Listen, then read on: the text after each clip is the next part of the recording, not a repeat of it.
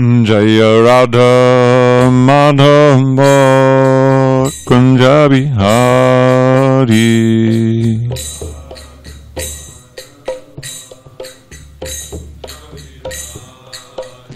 Jaya Radha Madhava Kunja Bihari.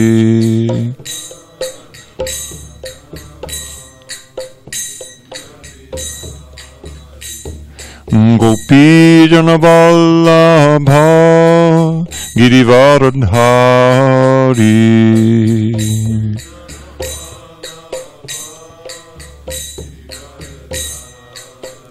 Jai Gopi Jana Vallabha Girivaradhari.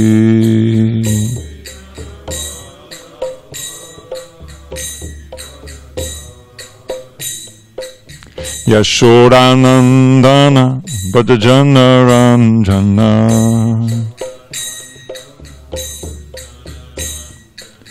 Yashodanandana Bhajana Ranjana.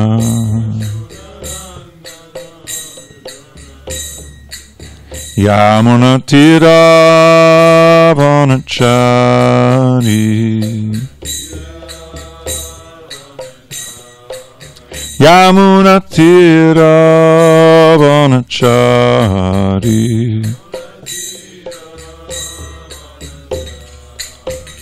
Jaya Radha Madhava Kunja Bihari.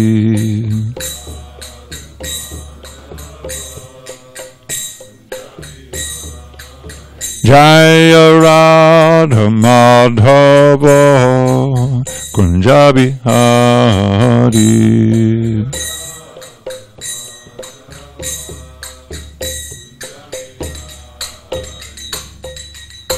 Jai Mr. Pad Paramahansa Parujikacharya Ashtotar the Srimad Divine Grace Srila A.C. Bhaktivedanta Swami Prabhupada Ki Jai. ISKCON BBT Founder Acharya Srila Prabhupada Ki Jai. Jai Om Vishnupad Paramahansa Parujikacharya Ashtotar the Srimad Divine Grace Srila Bhakti Siddhanta Saraswati Thakur Ki Jai. Ananta Koti Vaishnavindra Ki Jai. Namacharya Srila Haridas Thakur Ki Jai. Srimad Bhagavad Gita Ki Jai. Samaveta Bhakta Vrinda Ki Jai. All glories to the assembled devotees. All glories to the assembled devotees. All glories to the assembled devotees. All glories to Shri Guru and Gauranga.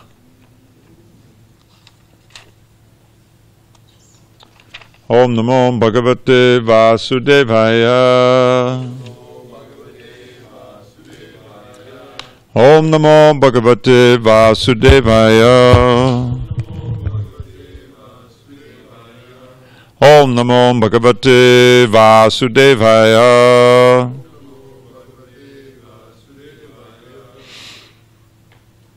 On this 28th day of July, no, 27th day of July, sorry.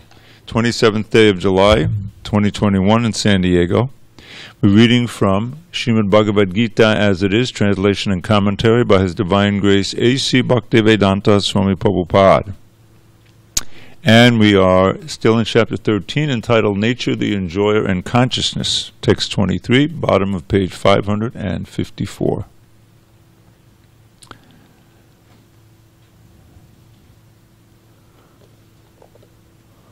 You with us, Prashanta? Prakash? Oh, we have some guests. Maybe. Maybe not.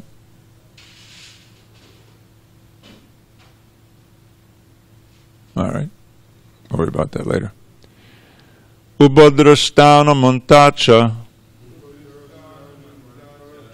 Bharta Bhokta Maheshwaraha Paramatmeti Chapyukto Dehismin Purushak Paraha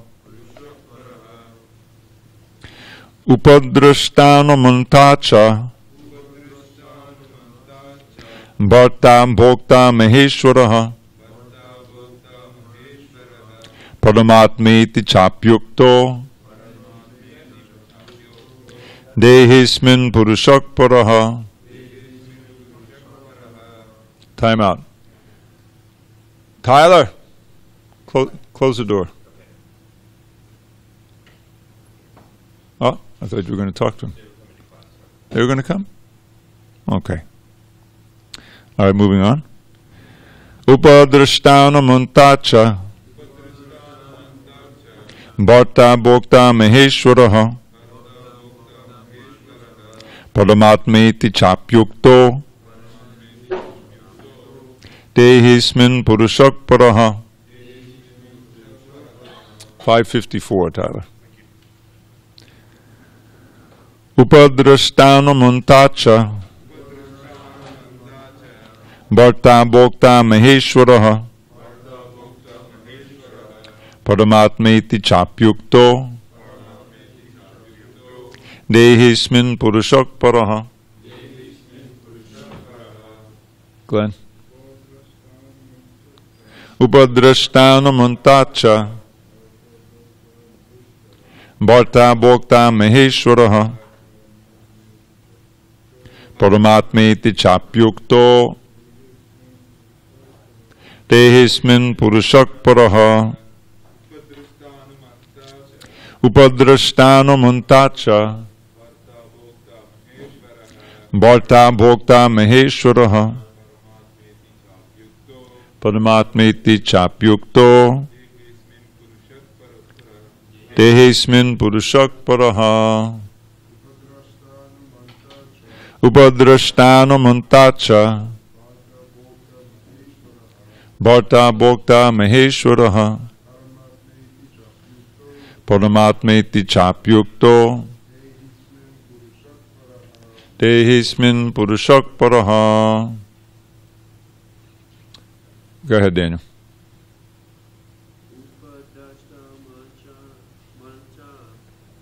Upadrashtana muntacha Bharta Bhokta Maheshwaraha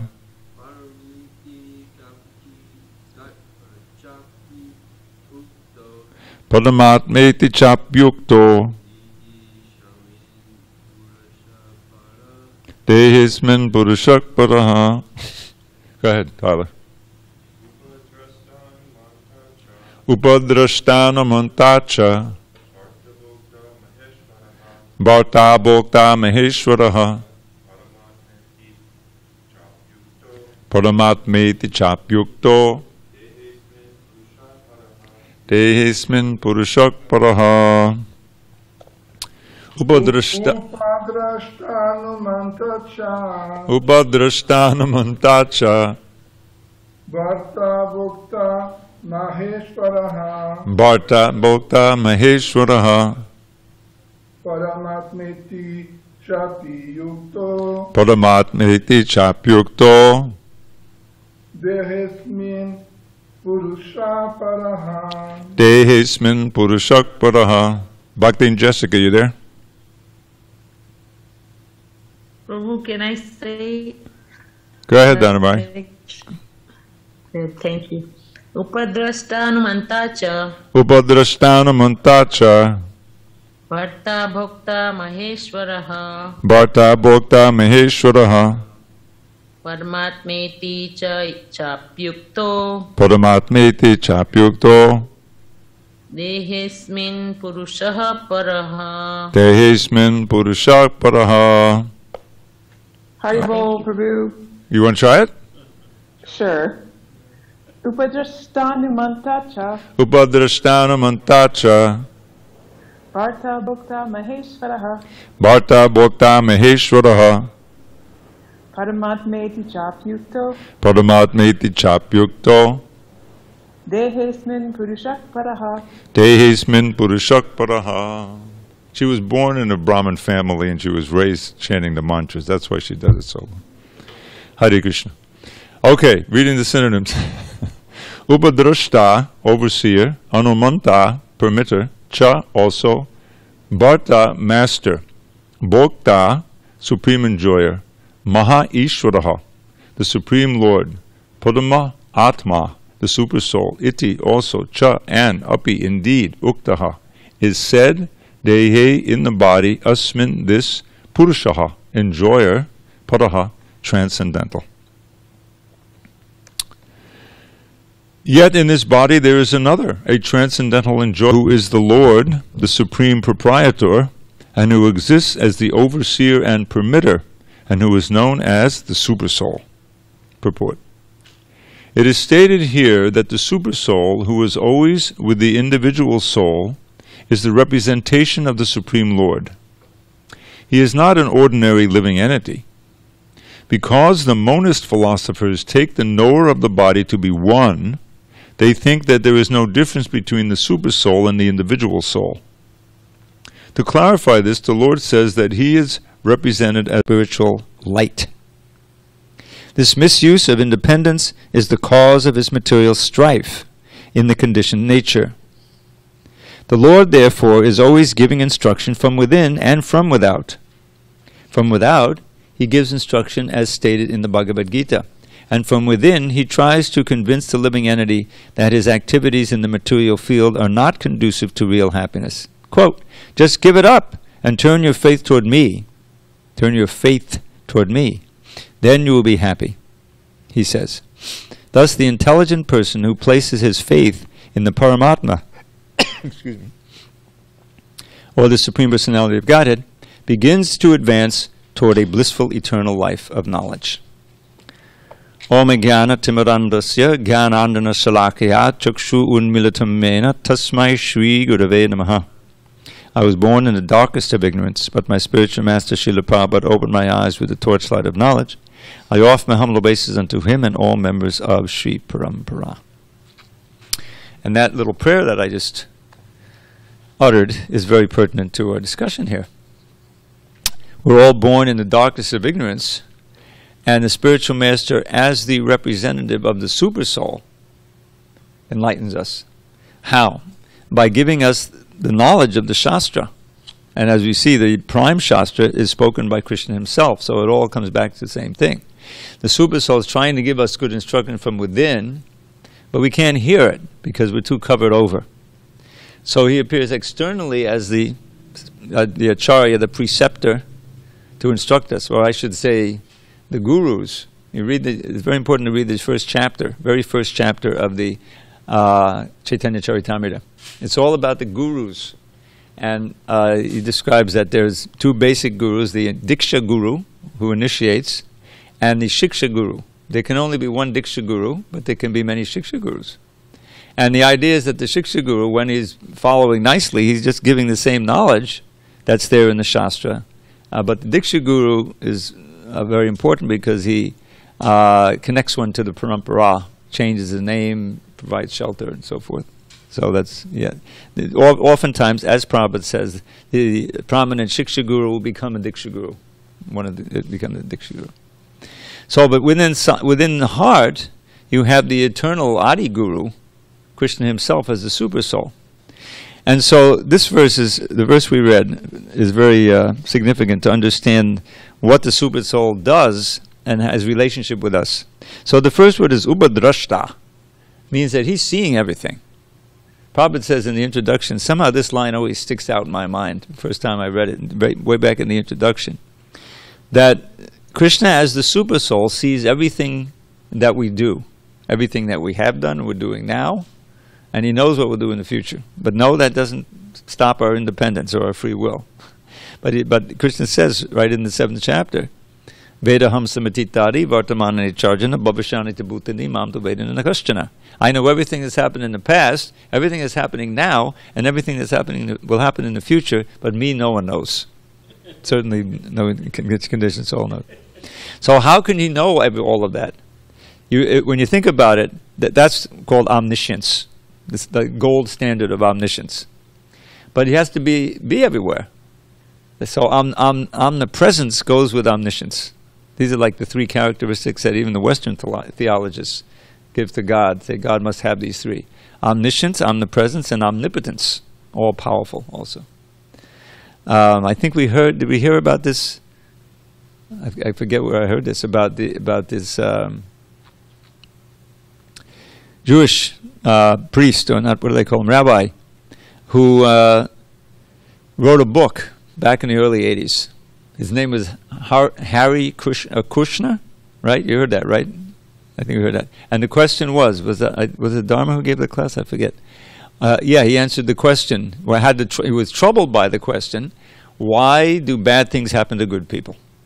This is a perennial question. It's a whole field of theology, Western theology, called theodicy. Because you can see the problem.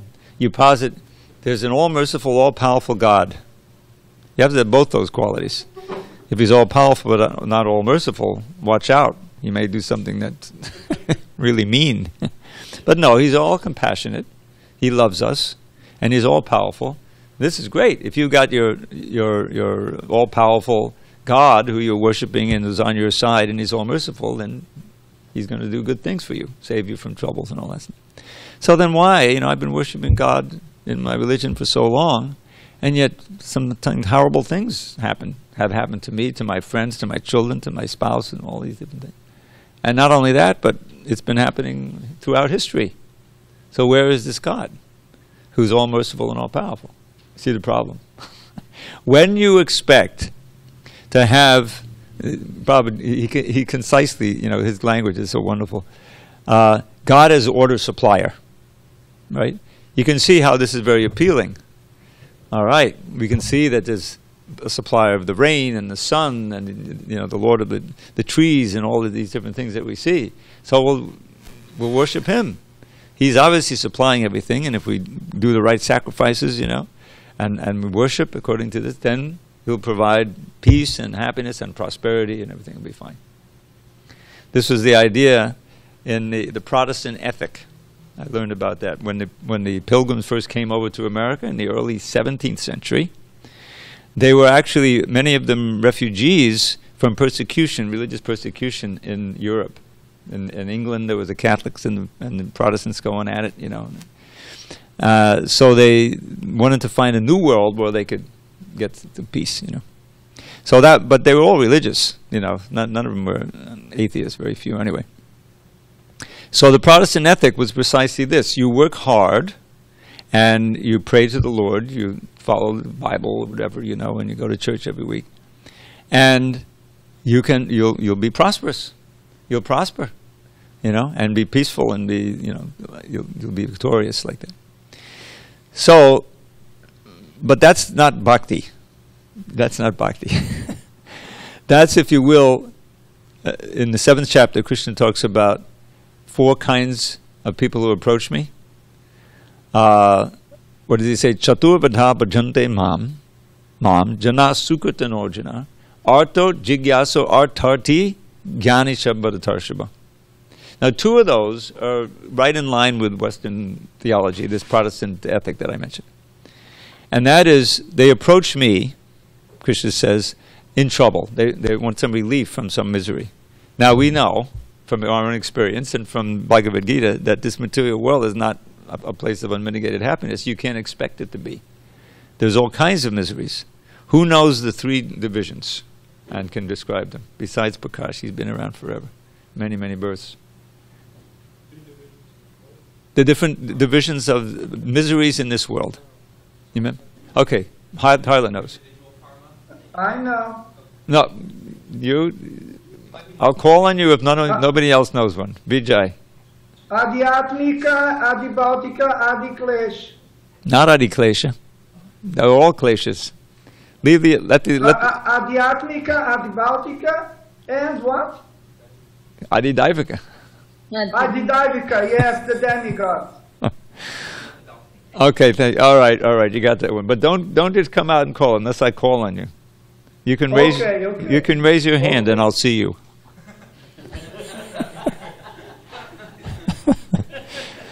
Anyway, so now, okay, we've got that. That's good. So you gave the official Sanskrit names. Now, who can describe what they are?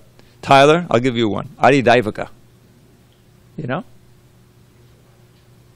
Is that individual karma? Nope. All right. Know that? You lost. Who knows what Adidaivaka is besides Prakash? Go ahead, Chris. Suffering caused by the demigods. Yeah, you can get from the name, Devas, the demigods.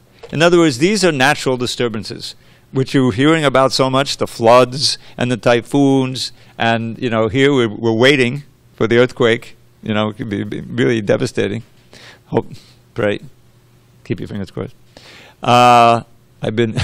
So they're big events, and one would say, I'm still trying to figure out, is the pandemic Adidaivaka? I don't know. It's certainly not Adhyatmika, but then they overlap. Once you get sick, isn't it Adhyatmika? But Adhyatmika is, okay, that's just, your own body and mind is giving you trouble. You're sitting there quietly in a room amongst many other people, and everyone's more or less just chit-chatting and so forth, but you're troubled because of some mental problem, or somebody wrote you a mean letter or whatever, and you have no peace. It can be very, very painful, And then, of course, the adibautic. There was the adibautic. Bauta means body, basically. Other people. Not just other people, but other organisms. Prabhupada said bedbugs, could be adibautic, So those miseries are always around.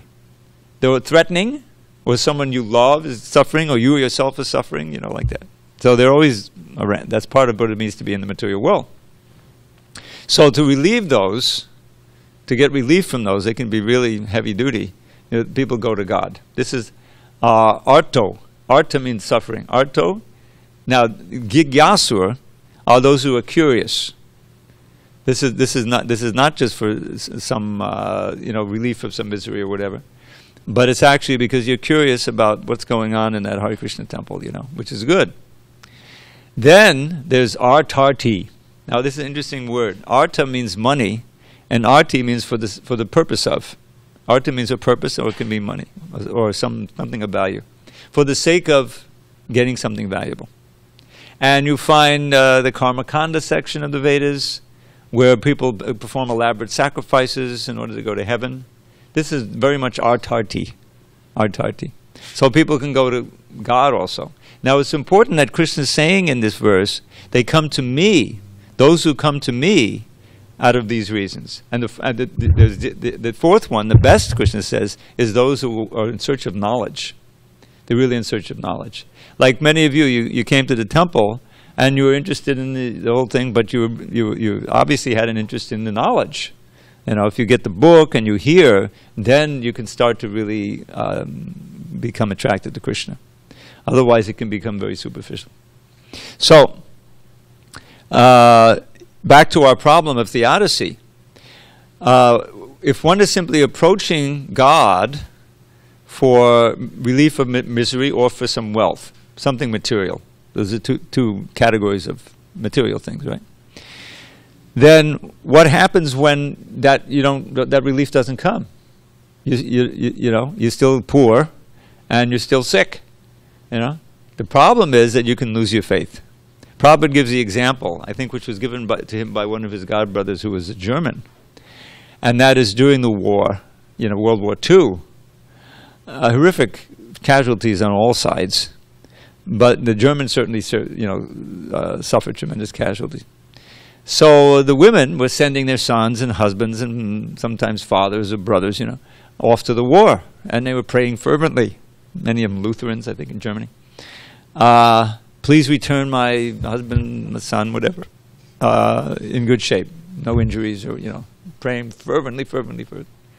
But thousands and millions of them never came back, or they came back grievously injured, or whatever, And so many of these ladies, they lost their faith because they had been going to church from childhood and doing all of that, and they prayed fervently.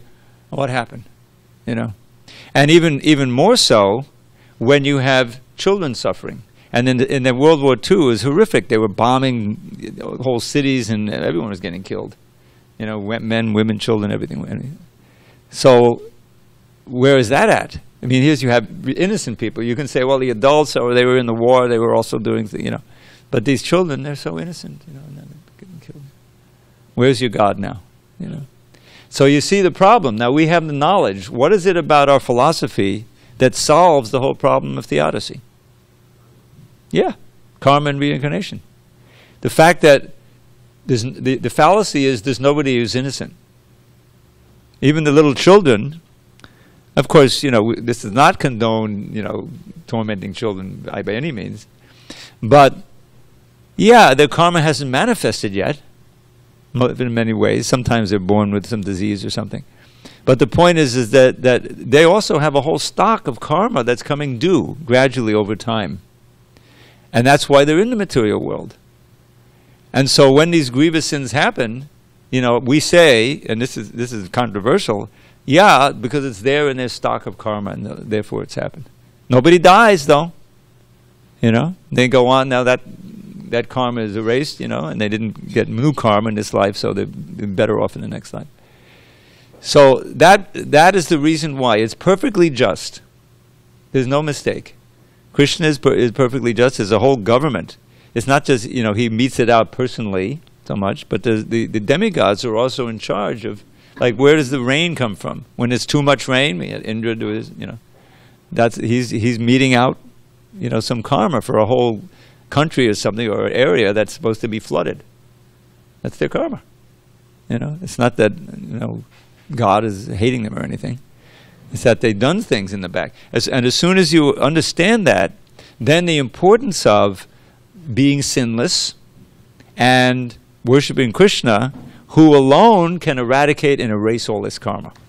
This is a very important point of our philosophy, is that if you really want to be free of your bondage to this world, which includes all your previous karma, then you have to worship Krishna in the way prescribed by Krishna himself, through the Shastra, the Bhagavad Gita, and through his representatives. And that means that emphasis by Lord Chaitanya, selflessly, simply for the pleasure of the Lord. Now we don't go before Krishna, at 4:30 in the morning and start praying for this and that. May I have this prosperity and so many different things. We're glorifying the spiritual master, which is pleasing to the Lord, even more than glorifying himself. And we're chanting the holy name, Hare Krishna, for the pleasure of Krishna. It's all for the pleasure of Krishna. And along the way, as a byproduct, our karma is being relieved. We're being liberated from previous karma, and our liberation is taken care of. But that's not our goal. Our goal is primarily the pure love for Krishna. That's the Holy Grail, and this is the way to do it. And again, Lord Chaitanya Nishikshastika, Nadanang, Najanang, Nasundadim, Kapitam Bhajakati Shikamaye, Mama Janmani Janmanishwade Bhavata Bhaktida Hoitakiti. So all of the things that people usually pray for. No, I'm not asking for wealth. That's a big one. Followers? No. Najanam. Nasundarim, oh, beautiful spouse. No, I'm not praying for that. Kavitam, oh, wonderful education, knowledge, wisdom. I'm not praying for that. And then Jagadish, O Lord of the universe. And then, he says, okay, what about relief from misery? But then he says birth after birth. As soon as you say birth after birth, that includes old age, disease, death, all those things. He's not praying to be relieved of that. Then what's he praying for? Who knows the punchline? Prakash, your time is on. Janmani Janmani, Mama Janmani Janmani Shwade. So what does that mean in English? Yes, but unmotivated. He includes that idea. Ahoitiki, no material motivation. That's what we're praying for. Because that alone can induce Krishna to bless us with this prema. We're looking for prema. And then you don't want anything else. You don't care. You see? So back to our verse. Upadrashta anumanta cha. So let's look at this thing. Upada, he's seeing, and anumanta, he's sanctioning. Permitter. In other words, everything is under he's the Supreme Personality of Godhead right inside your heart. He's aware of your thoughts, your desires, your activities, everything. So you can't do anything, even pick up a glass of water, without the sanction of the Supreme Personality of Godhead in the form of Super Soul. Bharta, the master, and Bhokta, the supreme enjoyer. Bhoktaram yagita pasang sarvaloka mahesharam. This is the peace formula.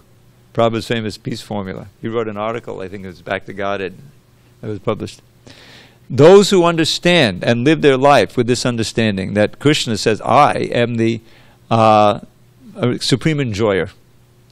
Yagya tapasam sarva loka maheshwaram. I am the enjoyer of all the results of sacrifice and austerity. In this lifetime, even the materialists, they have to perform so much sacrifice, so much austerity. Just getting up, we're getting up and coming to Mangalartik. They're getting up about the same time, getting on the road to fight the traffic, at least before COVID. I don't know what the situation is out there now, but it's starting to get back to normal. Can fight the traffic for half an hour, 45 minutes, an hour. While we're dancing and chanting, they're fuming in the car. Where can I get to work in time? It's sacrifice. It's austerity, so that they can get the paycheck, so they can pay the mortgage and do all these different things. So sacrifice. But who's the enjoyer of our sacrifice? Whenever sacrifice comes up, Prabhupada would always point out. You see in these purports in the Bhagavad Gita, the main sacrifice in this age, the one that really works is, yes, the Sankirtan Jagya. The word Jagya means sacrifice. It's also a name for Vishnu. So Sankirtan basically means congregational chanting of the glories of the Lord, especially the name of the Lord. So that's part of our morning sacrifice, right? We do it every morning. It's an austerity to some degree. But who's the enjoyer? Krishna. Yagya is another name for Vishnu or Krishna, you can say. I mean, in other words, it indicates that he reveals himself when we perform prescribed sacrifices for his pleasure. And in this age especially, the sacrifices, chanting of the holy name. So another meaning of the word yagya is Vishnu. Sacrifice and Vishnu. I'll show you the part of the Bhagavad Gita where it says that in the 3rd chapter, when there's a lot about karma yoga. Karma yoga means performing activities as a sacrifice for the pleasure of the Lord. Otherwise, whatever you do in this world binds you to this world. Yagyartat kamanonyatra lokoyam karma bandhana. It's a nice one to remember. Yagyartat, for the sake of jagya. And what is that? For the sake of sacrifice for Vishnu. Activity has to be performed. Otherwise, whatever you do will be bind you further, because it's fruitive. Even if it's for doing good to others on a fruitive label. Okay, we're going to go to this poor area of the town. We're going to distribute blankets. We're going to distribute food, not prasadam, but just regular food. Then you're doing good for others. You have to get that back in your next life. You're not doing it for the pleasure of Krishna. You're a good person. You feel for these poor people who need some food or whatever. That's fine, but that's giving you good karma, materially. And you have to come back next life to get the good karma back, the result. But you're still bound up in birth and old and death. You see the problem. So we perform sacrifice, but not for any material purpose, for the pleasure of Krishna. And that's ultimately good for everybody. When we go down, I don't know, some of you, I don't know if you've been on Harinams, you've done Harinams. So if you do this standard dancing and chanting through the streets of downtown, I don't know if we've done that yet. Hopefully we'll start doing it again. We used to go there every Friday. What's the result after it? We're certainly not doing it so that we can be wealthy and get a good birth and all that. No. We're doing it to please Lord Chaitanya, Lord Nityananda, to deliver these people from their misery. Just hearing the name once, there's a verse like that in the 6th canto. Just hearing it destroys so much karma. People don't know. They're liberated, after they pass by. But unfortunately, the whole thing of the fan is still going on. In other words, the fan of their karma has been unplugged. If they just don't go into that restaurant and eat meat now, and they join the temple, they'll be free. But unfortunately, they have all of these, the momentum is still going on, and they start doing more sins. But still, that one's hearing of the holy name is all auspicious. You see what I'm saying? So that's why we're doing it. We're doing it for the people. We're doing it for ourselves. It's so purifying.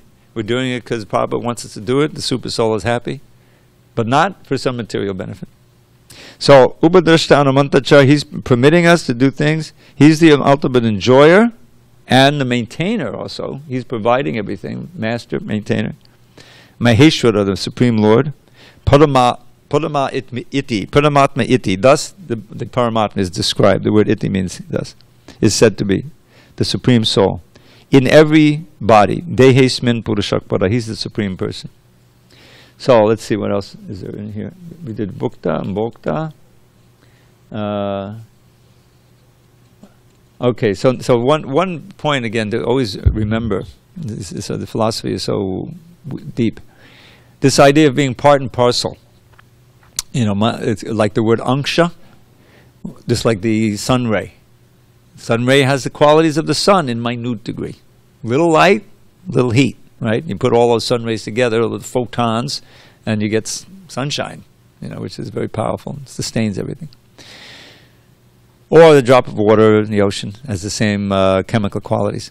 So we have Krishna's qualities in minute degree. And he expanded. You can't say he created, because we're not created at a certain time. We've always existed. But he's emanated countless living entities eternally. They've always been emanated, you see. Why did he do that? For his pleasure and for our pleasure. The enjoyment of these relationships, which we read about in the 10th canto in the Krishna book. Or we read about in the Krishna book, the 10th canto of the Bhagavad Gita. The most delightful, loving exchanges with all kinds of varieties of moods and the rasas, That's why it's one of his phrases, these famous phrases from the Upanishads, Raso Vaisa. He is himself rasa. The mellow exchange of love. He lives for that. That's his pleasure. And then the rest of that goes, Rasam Yevayam Lubdvanandi Bhavati. That the living entity, if we regain that relationship with Krishna and that exchange, then we also become anandis. Means full of bliss all the time.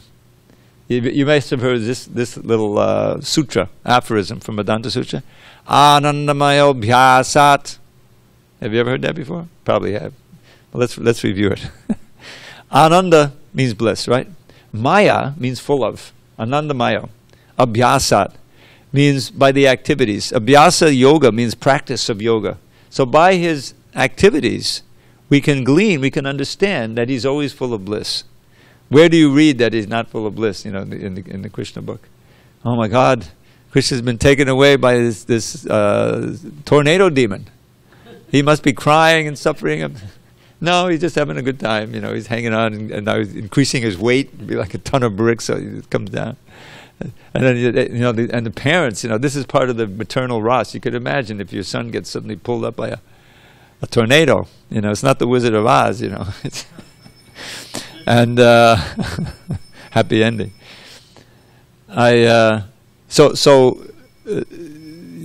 the parents don't know he's God. It's just this little baby. Mother Yashoda's baby. He's just been saved from this being crushed under this cart that's been somehow collapsed on him. They didn't believe that he kicked it down. The little boys were watching him and said, "Yeah, he kicked the thing and the thing came crashing." Yeah, right. He's just a little baby. The cart's huge with the big, wheels and everything. So somehow he was saved. So they say all these mantras. And then a few days later, or weeks, whatever it was, suddenly he felt very heavy. She puts him down in the yard, and this big tornado demon comes, and you can't see. Trinavarta means whipping up all of the little grass so they can't see anything. It's all dust and everything. Mother Yashoda's panicky. The big thing is going now. Where's my baby? And she can't find him. She falls down on the ground. She's crying. And so he's up in the air, and down he comes. Now, the enjoyment is not so much killing the demon, as in putting his mother into the anxiety and then the relief. You can imagine the love that's pouring out. He's okay. He's playing on the body of the demon. And she's pulling him in the breast, So this is his happiness. You read the Krishna book, you see it's always like that. He's churning up these emotions. Kaliya, one of my favorite pastimes.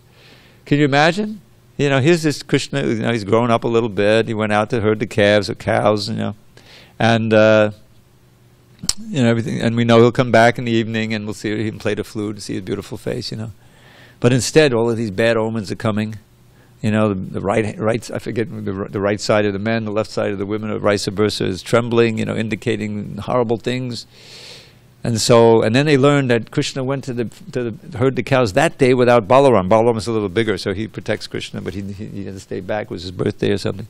So they start following his footprints, you know, which none of the residents and even the animals will walk on Krishna's footprints, so they're always visible, you know. So he's always out there. He goes to the river, the lake, the shore of the river Yamuna, by this lake that Kali had created, and there he is, wrapped in his coils is this horrible multi-headed, you know, demonic snake like a dragon, you know.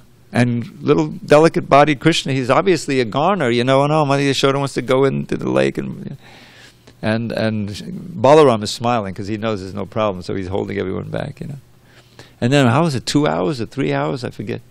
He's in there, wrapped in there, until they were practically at the point of death. You know, everyone was there. All the cows, all his friends, all the residents, the birds, the insects. They all love Krishna, and they're all in great anxiety.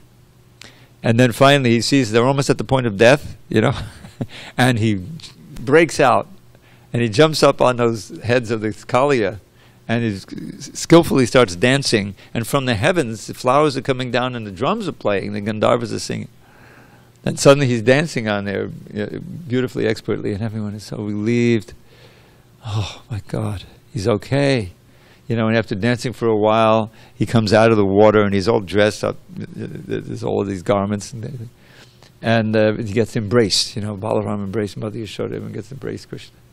And so they had such an experience. Everyone's so exhausted. They said, let's just take rest right here. You know, so they make their little camp on the lakeside, or the riverside there. And in the middle of the night, I think it's the middle of the night, big forest fire comes. There's 2 forest fires. And there's more danger, you know, but now it's not Krishna's in danger, it's we're in danger. Oh, Krishna, please save us. And then he says, don't worry, just close your eyes, it'll be okay. Close their eyes, he swallows all of the fire, you know. But you see, it's one thing after another. There's never a dull moment. It's never like just an ordinary day, you know, it's just a regular Monday. No, there's always something exciting happening. So that's what Krishna lives for. I'm sorry, okay, go ahead, Hare Krishna, go ahead. Comment? It's 8 p.m. Is it that it is time for questions? Go ahead. Oh, Prabhu, Dravida Prabhu, my humble obeisances. The quote from the purport is as follows. The Lord therefore, quote, the Lord therefore is always giving instruction from within and from without.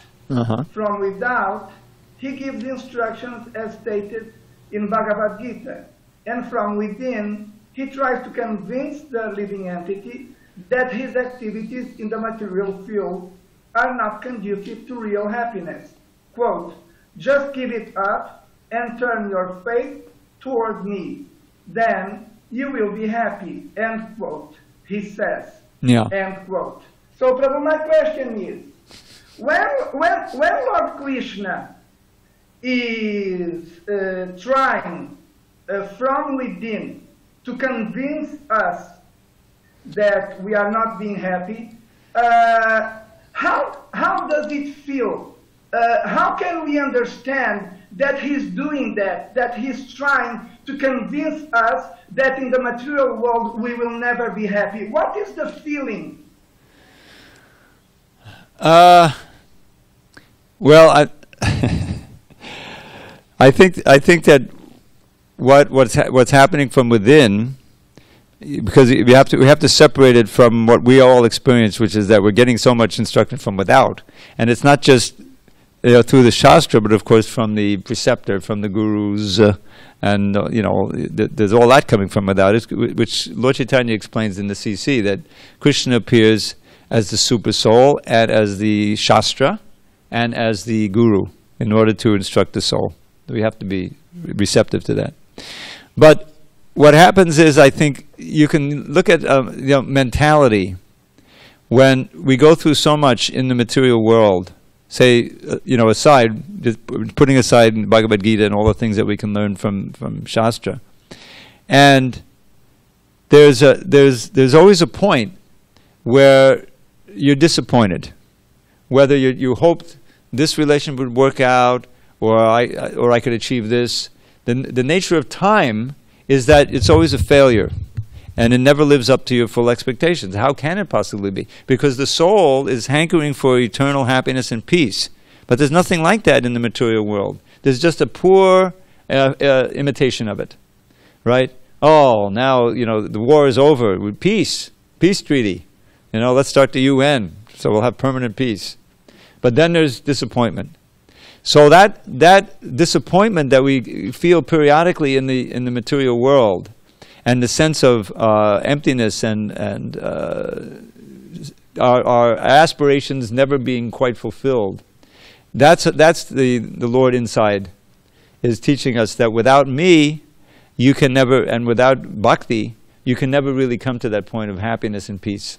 Now, you can't really do anything with that unless you also, it results in you coming in touch with the devotee. And that's where Krishna is taking a proactive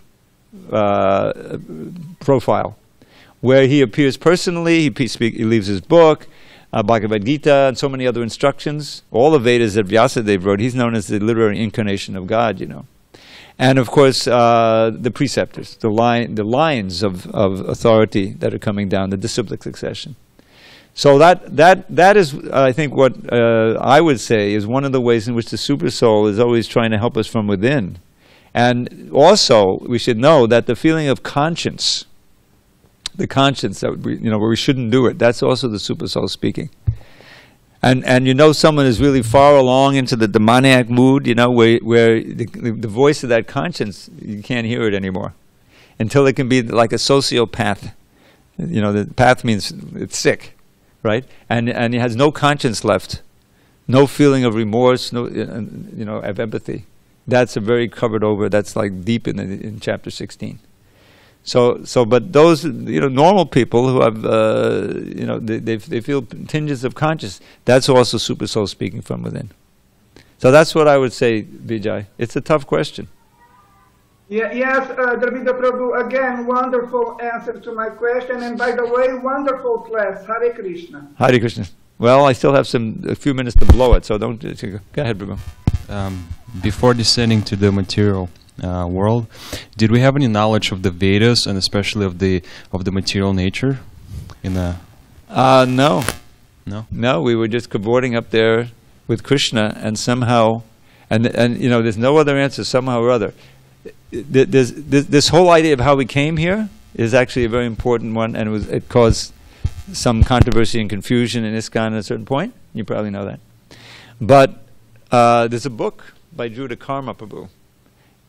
Who brought in all kinds of evidence for showing how and why we fell, from Prabhupada's writings and other acharyas.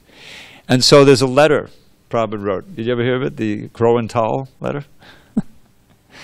All right, we have a few minutes. Back when this issue was heating up in the early 90s, mid 90s, I did some research. And it turns out that this issue came up a lot when Prabhupada was on the planet. If you study the letters, you'll see at least half a dozen of them where devotees are asking this, because it's a good question. You read in the Bhagavad Gita, once going, you don't come back. It's just all, Satchidananda and bliss there. Why would anyone ever want to leave? It's a good question. And Prabhupada would always answer that this is our minute free will. This is our infinitesimal free will. Krishna has infinite free will, and we are part and parcel of him. We have his qualities to a minute degree. So that little bit of free will is important, essential, because otherwise, where's the question of love? Love means that you can love or you can withdraw your love. So where the souls who are always there never come back. The Nitya Muktas or Nitya Siddhas, they never make the mistake.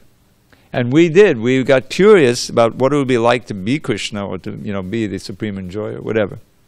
So Prabhupada wrote a letter to Madhudvish Swami at the time, who was the GBC of Australia. And one devotee, using Prabhupada's books, was finding passages that seemed to indicate that we came down from the Brahma Jyoti, and we were never there. in the spiritual world. So Madhudvish didn't know exactly how to refute him. So he asked Prabhupada to write something definitive on this question. And Prabhupada wrote this thing called the Crow and Tal letter, which I don't have the time to explain why it's called that. But that letter is available. I can give it to you. And there's one key sentence in there that says it all. Once we were with Krishna in his Leela or sport. Now that's a very important point. Once we were in his Leela or sport. And we weren't in the Brahmajyoti.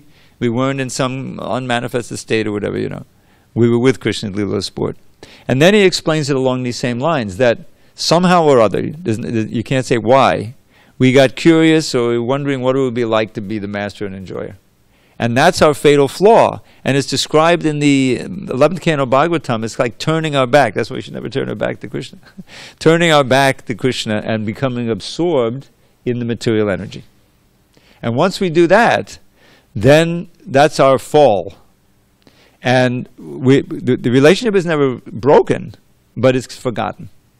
And Krishna then, he accompanies us as the super soul, as described here.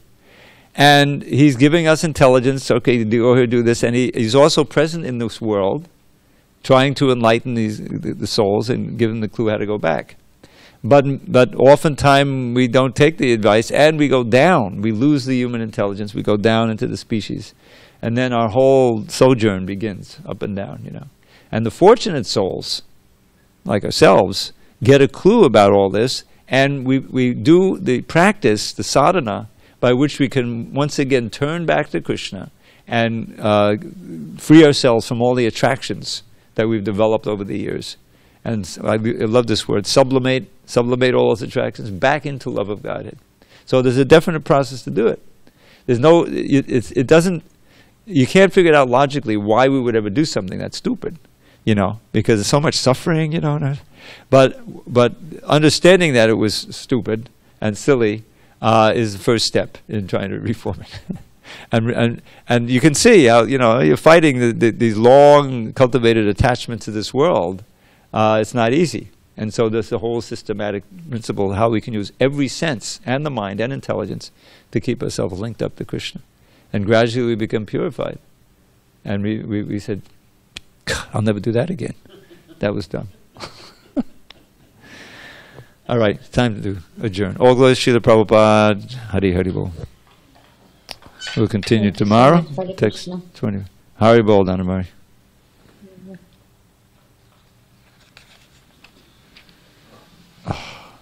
And thank you for all listeners, both on the Zoom side and the YouTube side. Dravida Prabhu, again, wonderful class. Thank you very much. Hari, glories to Srila Prabhupada. Hari Bol. Srila Prabhupada ki jai. Where's our friend Alex today?